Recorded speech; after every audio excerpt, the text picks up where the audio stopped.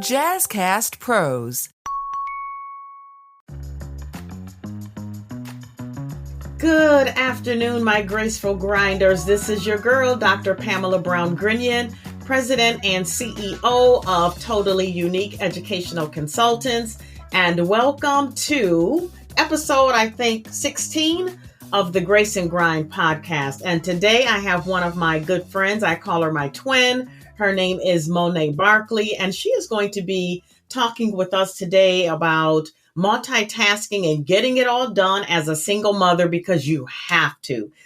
You have to. You have no choice. No choice. No choice. So Mone. I call her Moby, guys. So because this is my girl, I'm just going to call her Moby. You can call me Moby. All right, Moby. Hey, thank twin. you. Hey, good how afternoon, you doing? everybody. We're going to be talking about how do you get it all done with everything that you do, being in a sorority, being in clubs, being on committees, working full time, being a mom, everything else that goes in with lifing in your circle. How do you manage? Manage successfully, right? Because we can all manage. Correct. We all manage, but how do we manage successfully? And I think part of how I'm able to be successful is, one, I try to build teams and delegate some things, but I am a hands-on kind of person too. I will get in and roll up my sleeves and work with you, but it's because I typically pick things that I have a passion about. So that makes it all manageable for me.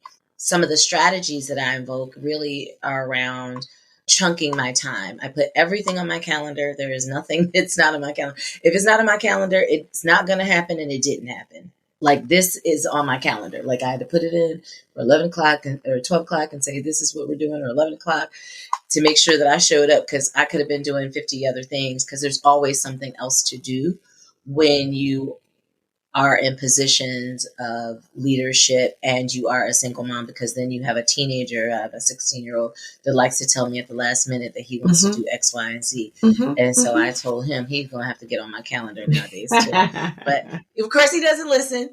And so I have to make myself available to him. And so, but I do try to keep a calendar, a family calendar.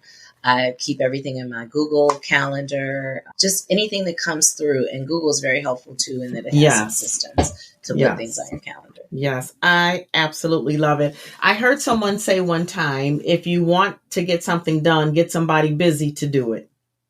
How do you feel about that statement? Because it sounds like, girl, I understand though. I understand. Because you have me wearing every place too. I see you there. You see me there. And so you're absolutely right. The people that are busy have, like I said, there's a drive inside of them. And I think God gives different people different talents. And so when you see somebody like that out there, like, that is nothing but the grace of God. He's given them an extra energy pack to put on their back to be able to withstand all the trials, all the tribulations, all the extra work that gets thrown their way, all the asks. But I also, as I age, I turned 55 this year, am learning the power of no. It's hard for me because I am a yes person, because I feel on some levels, if I don't do it, it won't get done, or it won't get done right. And so it might get done, but it's janky. And if I wasn't there at the beginning, then I'm helping to clean up, which is more work and stress for me. So I choose and prioritize my yeses, and I am now standing strong on my no's. Now, I just got to piggyback off of that, Moby, because that was, it described, I could have said that exactly the same way, right? Exactly the same way. That's why we're twins. That's right. And you do have to know how to say no. And I just adopted this about, I would say, in the past, 5 years, where if I'm not passionate about it, I'm not doing it. And people do recognize that Pam is going to do it. It's going to be done with excellence. It's going to be done when it's going to be done. It's going to exceed my expectations, right?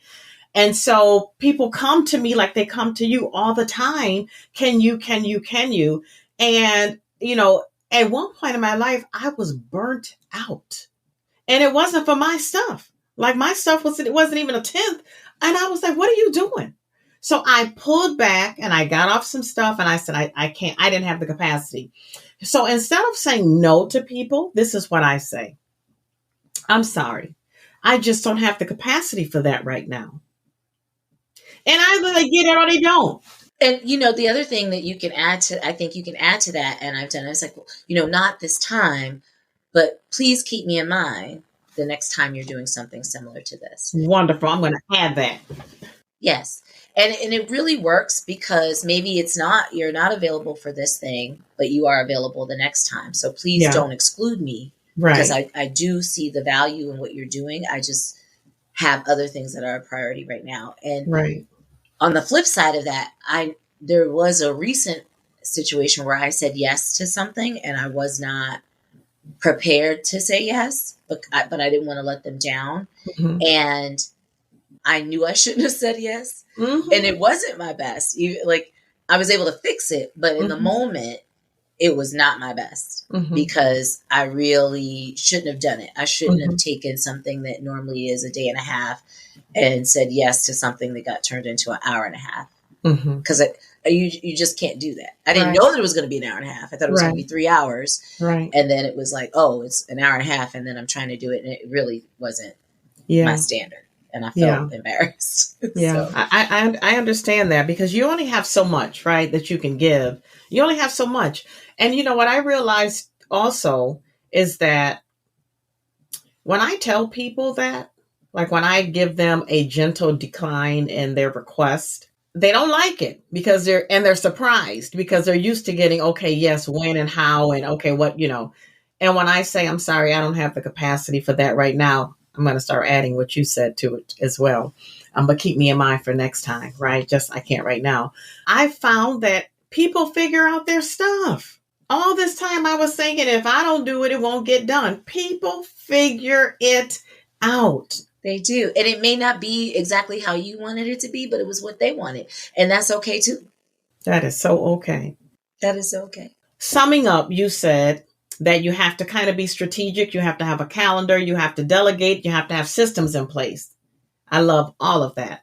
So tell us about, what was one of the most difficult times in your life, right? You're going through, life is life and you can't stop it. You got your single motherhood going on. You got your deltas going on. You got your committees and clubs going on. You got this and that going on. You got, trustee going on. Yeah, exactly. How do you, tell us about that time and how did you navigate through that? Because you couldn't drop the ball. Life had to keep on going. You had to keep managing all systems, all delegating and everything else, all committees. Nothing could be dropped. Tell us about that time. And then how did you manage that successfully? So I'm the kind of person, I'm used to doing a lot of things by myself, but one of the most recent things, I think two things really come to mind. One was my mother's death in 2010, but the story that I'll probably share is the more recent one that just happened like a month ago. I was in a difficult spot with a partner, and then my teenager was like, I don't know if I want to be a scholar or if I want to be a bum for the rest of my life, and maybe even end it all. And that's a lot that I'm sharing here. And it's sensitive, but I think it's important to share. And then you still have to do work. I travel for work and then still have my other obligations. And so I had to be honest. It started with being honest with myself. Where can I make some pivots, some changes? And one of them was, okay, my baby comes first. His mental health comes first. So let me get him some help. I stopped doing what I was doing. I was working in Buffalo that day. I drove back. What time are you out of school? He becomes a priority. I informed my manager. And I think when you start to share and be honest, some people will give you grace. Now, did it mean that I didn't have to follow up on all the things that I left? No. But in sharing that, hey, I have an emergency, I have something to do, communicating fully allowed me that space and that time. And then the next day I was back at work, but I try to put systems in place. So made appointments for him, made sure that he and I were spending more quality time to have conversations. I took him to a program called Doc and Dialogue run by Breathe Deep, which actually helps a lot of teenagers with mental health. Great program. Yeah, it's a great program. And he's actually a peer ambassador. But sometimes I think even those that are helping others need help. And so I was really fortunate that he, shared with me what he was going through, but I made sure his primary care physician knew, etc. And then in terms of the partnership, I said, this is what's going on. Let me look and take care of this later because I need to take care of this first. And so I think it's all about communicating, setting expectations, and then making sure that if you set that expectation that you actually follow up. Mm-hmm. That's wonderful. First of all, thank you for sharing that because that is sensitive. And wow, that's a lot, right? And I could see where it could be easy to drop the ball with just your baby alone and say, hey, I gotta take like 5 steps back, which means, I can't be here. But you didn't. You still did everything that was required. I do like that you said communicating because a lot of times we think, I want to tell people my business, but sometimes you got to tell your business, right? Especially if you're in a predicament or a situation where you need some assistance or you do need that grace, and it's surprising sometimes that people will extend grace, right? But a lot of us are used to people not. And so we hold things because that's what that's a part of our community. We don't air out our, the next week I was on a plane. And the weeks after that, I was on a plane. Got to do what I got to do. You got to do what you got to do. But, you got to put things in place so that none of the balls get dropped. Right. Because it's very easy when you have something like that happen. Yeah. To drop something. Yeah. Whether, for me, it's never going to be him. Yeah. But work or whatever. And it's the end of the year. I'm in sales and there's no dropping the ball at the end of the year. Not fourth quarter. Court press. It's full court press. And while you're pressing, the other team has defense like a mug up going on, right? Yes. So, yes. Yeah, so I get it. And I do understand when you're saying you can't drop the ball because I had a similar situation when my mom was terminally ill and I had to be bedside. I wanted to be bedside and I had so many obligations. And I was in the middle of the end of my doctoral degree. And I know my mother would not have wanted me to stop, and I was just getting ready to start my research. And I had my dear friend on the phone, Beth Pringle, on Zoom, and we were talking. And I kept seeing my sister's number. I'm looking at the phone. I had gone to the hospital and did my goodbyes with mommy. I knew this was it. But I knew she would want me to keep going. And I had this scheduled, and I said, no, I got to keep going. And my sister kept calling. And I guess my facial expression changed. How could it not, right? When someone's calling to tell you mommy's gone. And so Bev said to me, what just happened? Like that, because she knows me. And I said, that was Sandy calling to tell me that mommy passed away. And she said, oh, no, you need to go. And I was like, no, I need to do this. I need to do this. Right. And I couldn't stop anything. Everything that I was doing, I had to do. I did clean my plate up a little bit prior to, trying to write, work on my dissertation. But yeah, when life is lifing and it's calling. And might I add, one of the best defenses St. John Fisher has ever seen. Ever seen. It was good. It was good. That is the testament again to God as well. Like, like diamonds under pressure, right? Like, yeah. And I think just as Black women, we are in a unique space that we are expected to do it all, especially if you're single, because if we don't, who will? Right. And so you just have to keep going. But we also have to be mindful to rest. And that's the challenge. Yeah. Challenging part. Yeah. It's just to lay down. And there was a meme that was going around on TikTok or Instagram or something. And this little girl, if she's singing, I want to go lay down. And it just tickles me every time because I'm like, I want to go lay down. I want to take a nap, but I can't right now. I'm like, I'll sleep when I die. Right. Yeah.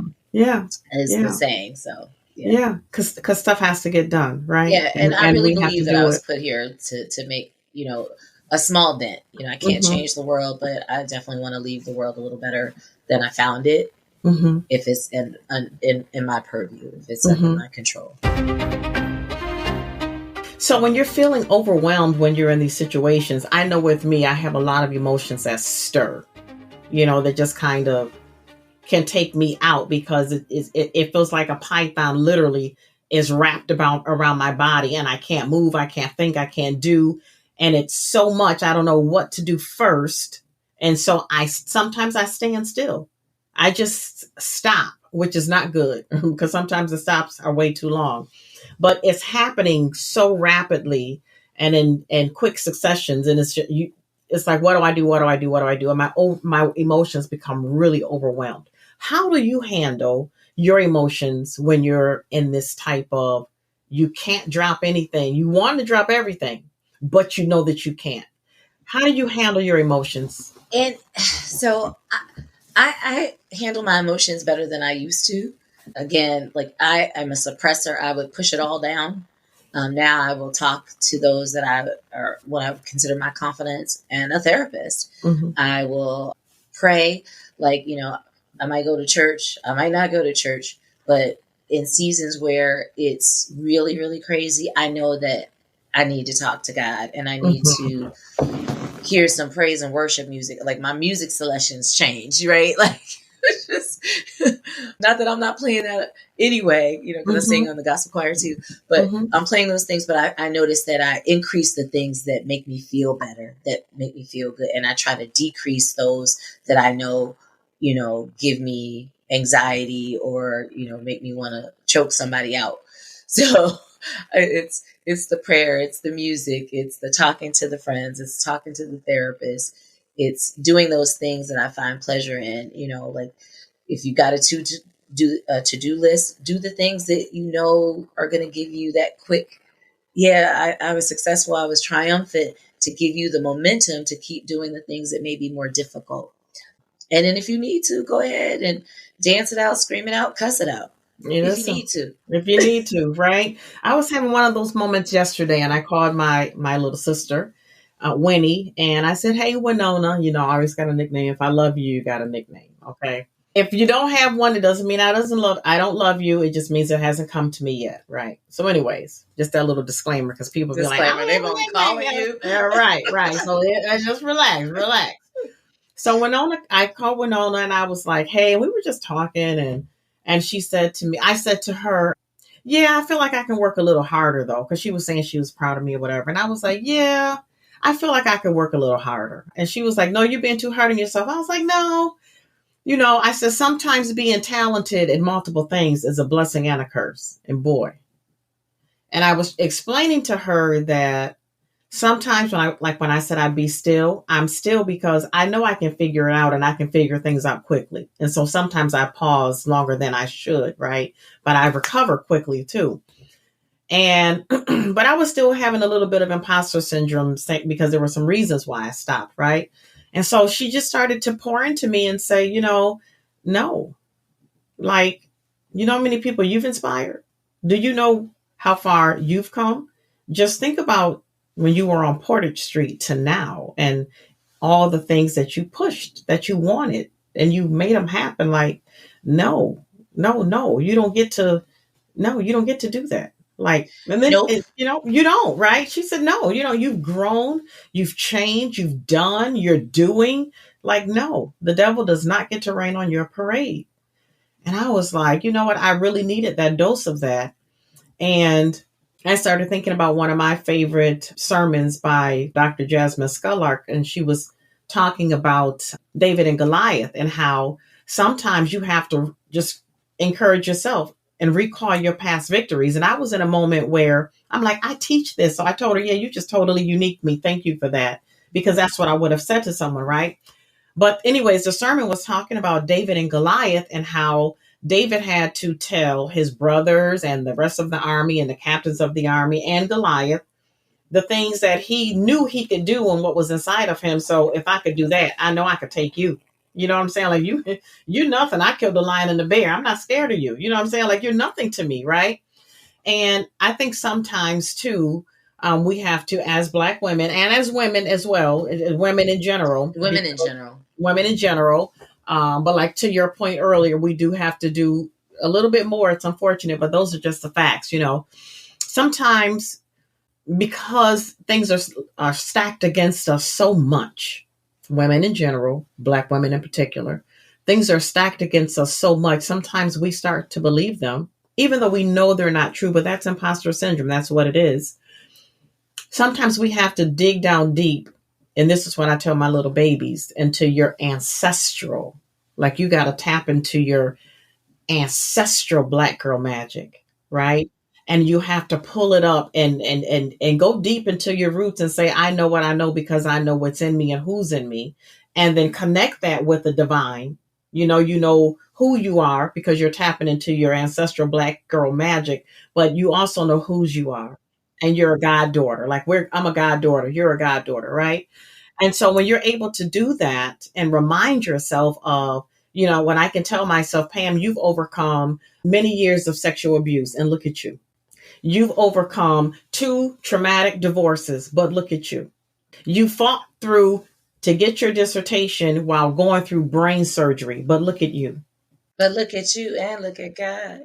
Hello, hello, hello. So yeah, we do have to give God all the honor and the glory, but we can't forget that we had to do the work, because faith without work is dead, right? It's in our DNA. It's so interesting that you should say that. I just heard literally earlier today someone talk about all of your ancestors' hopes, dreams, and sorrows are in your DNA. It is. And so, again, it's kind of like I said, you've got to focus on those positive, emphasize the successes. Like, somebody who is in your ancestral lineage survived being enslaved.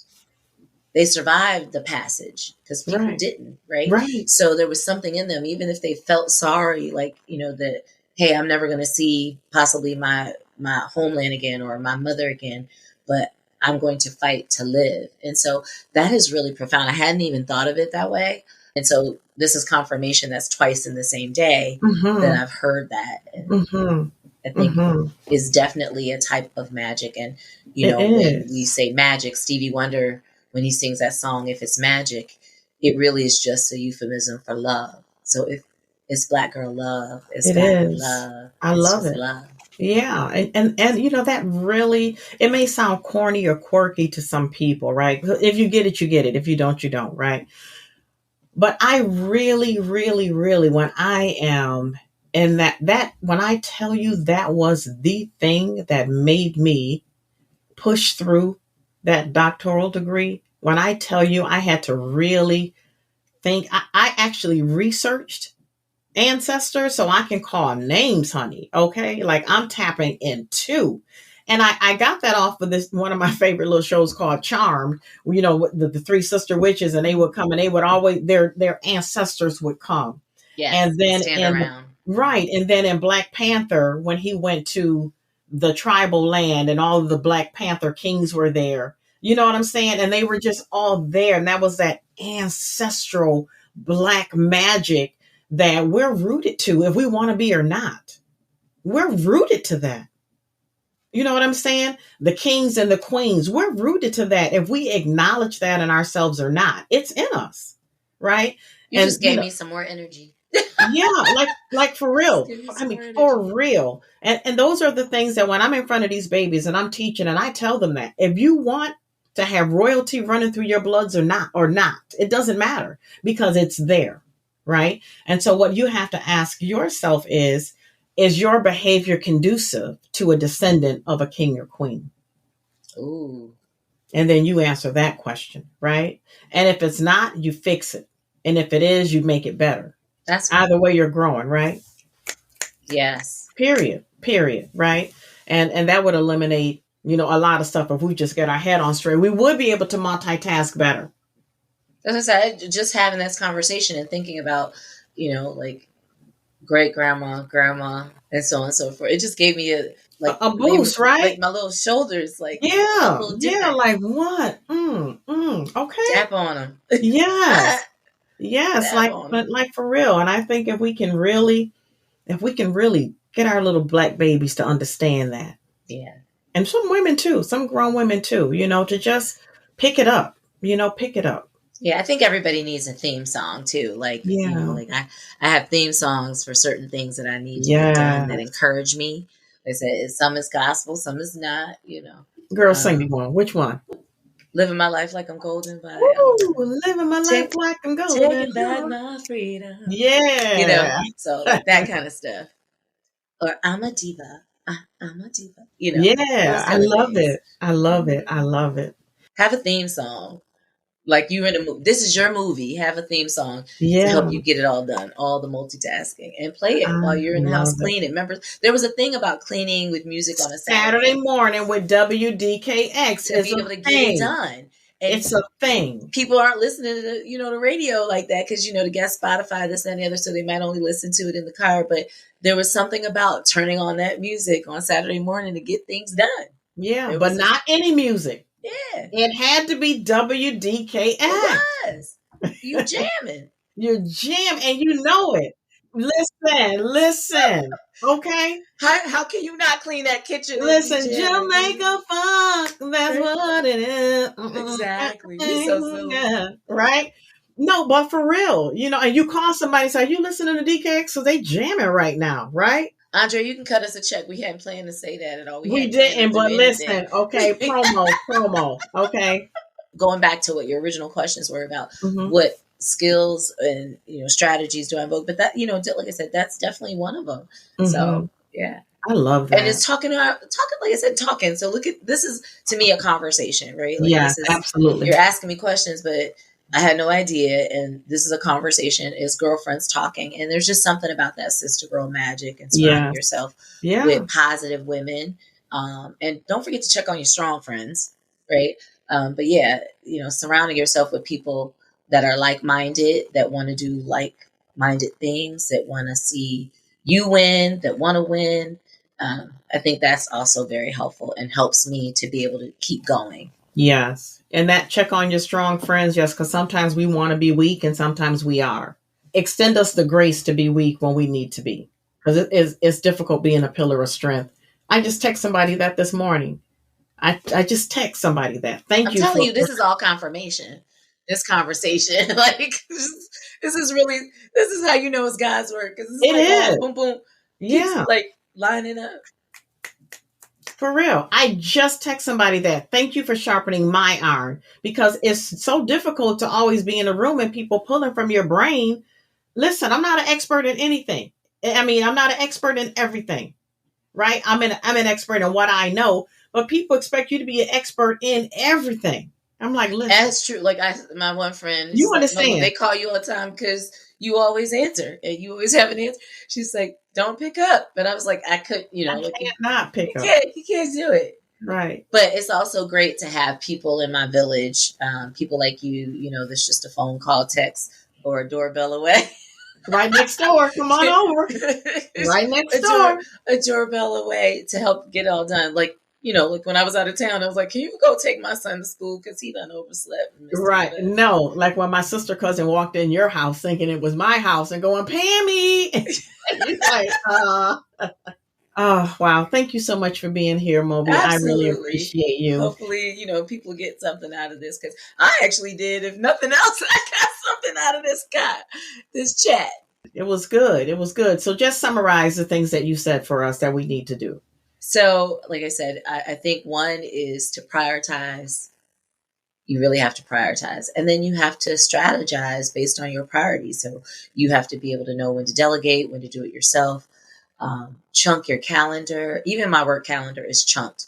Like, because people call me for whatever, internal customers, external customers, I got to check, like, this is blocked off on my calendar. This is what I'm doing. And so I do that in my personal life as well. Put it in Google, put it in your Apple calendar. If it didn't happen, it's not there. It didn't happen. It's not going to happen. And that way you don't forget to do stuff. And then talk to somebody, whether it's your girlfriends, God, the therapist. I don't even care if you talk to yourself, but encourage yourself, talk to somebody to make sure that you get it all done. And get you a theme song. And get you a theme. That is the last thing I said. Woman. Yeah, get you a theme song. In me. And you should have a dance to go with that theme song. Welcome, baby. Do it naturally. All right. Thank you so much, darling. I appreciate you so much. I love you. I'm so proud of you. Thank you for being my friend. And thank you for encouraging me. Thank you for having me on today. All right. My smooches. Take Bye, care. darling. Bye. I thank you so much for joining the Grace and Grind podcast. I'm your host, Dr. Pamala Brown-Grinion. And until next time, and always remember to create your totally unique day on purpose.